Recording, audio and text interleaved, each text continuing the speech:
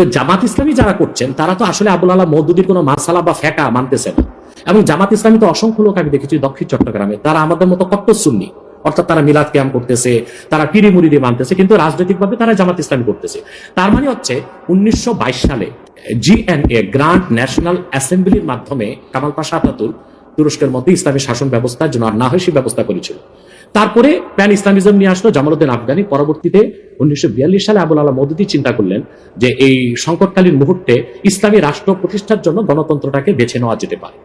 এটি ছিল তার রাষ্ট্রের চিন্তা, আর সেটাই জামাত ইসলামের লোকজন অনুসরণ করছে। কিন্তু জামাত ইসলামের লোকজনগুলো কিন্তু আবুল আলা মওদুদীকে ইমাম হিসেবেও মানে না, কিংবা তার মাসালাও নিচ্ছে না। শুধু এখন ইসলামী একটি রাষ্ট্র প্রতিষ্ঠার জন্য তারা আবুল আলা মওদুদীর রাষ্ট্র চিন্তাটা নিয়েছে। এখন আমরা বা অন্য হেফাজত ইসলাম বা কওমি ঘরানার যারা বিরোধিতা করি জামাতের, সেটা হচ্ছে আবুল আলা মওদুদীর আকীদার যে ভুল ত্রুটি ছিল সেটার বিরোধিতা করি আমরা।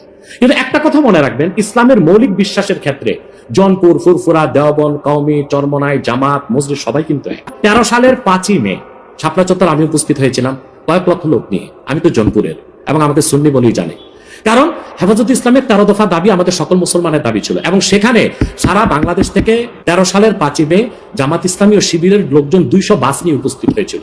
কারণ ওই 13 দফা দাবির পক্ষে তারাও ছিল, হয়তোবা তারা রাজনৈতিকভাবে বলতে পারছে না, কিন্তু সেখানে উপস্থিত হয়েছিল।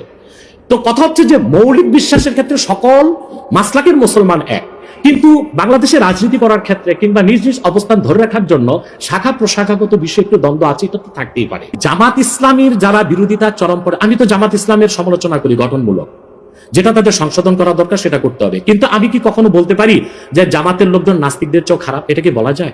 এই লোকটা বলেছেন, তার নামটা আমিও নিব না, কিন্তু বাংলাদেশে এমন অনেক ইসলামী রাজনীতির ব্যানারে রাজনীতি করছেন যারা কিনা মোসাদ বা র কিংবা সিআই এর পেইড এজেন্ট হয়ে বসে আছে। এখন রাজনৈতিক আক্রোশে অনেকে অনেক কথাই বলে, যেমন জামাত ইসলামীর বিরোধিতা করতে যে ফরিদউদ্দিন মাসুদ এবং কিছু আলেম শাহবাগীদের সাথে একাত্মতা ঘোষণা করছে। এটা কেন করছে?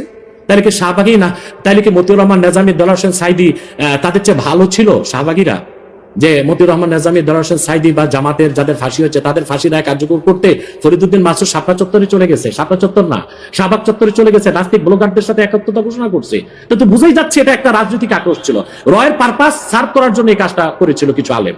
অথবা ওই ধরনের কোন আলেম কি বললো, তার মুরিদ কত, তার জনসংখ্যা কত, সেটা কোনো দেখার বিষয় না। সেটা বুঝেই যাচ্ছে কোন একটা ইন্টেনশন থেকে সে কাজটা করেছে বা বলেছে। কিন্তু আমাদেরকে তো ইনসাফে থাকতে হবে।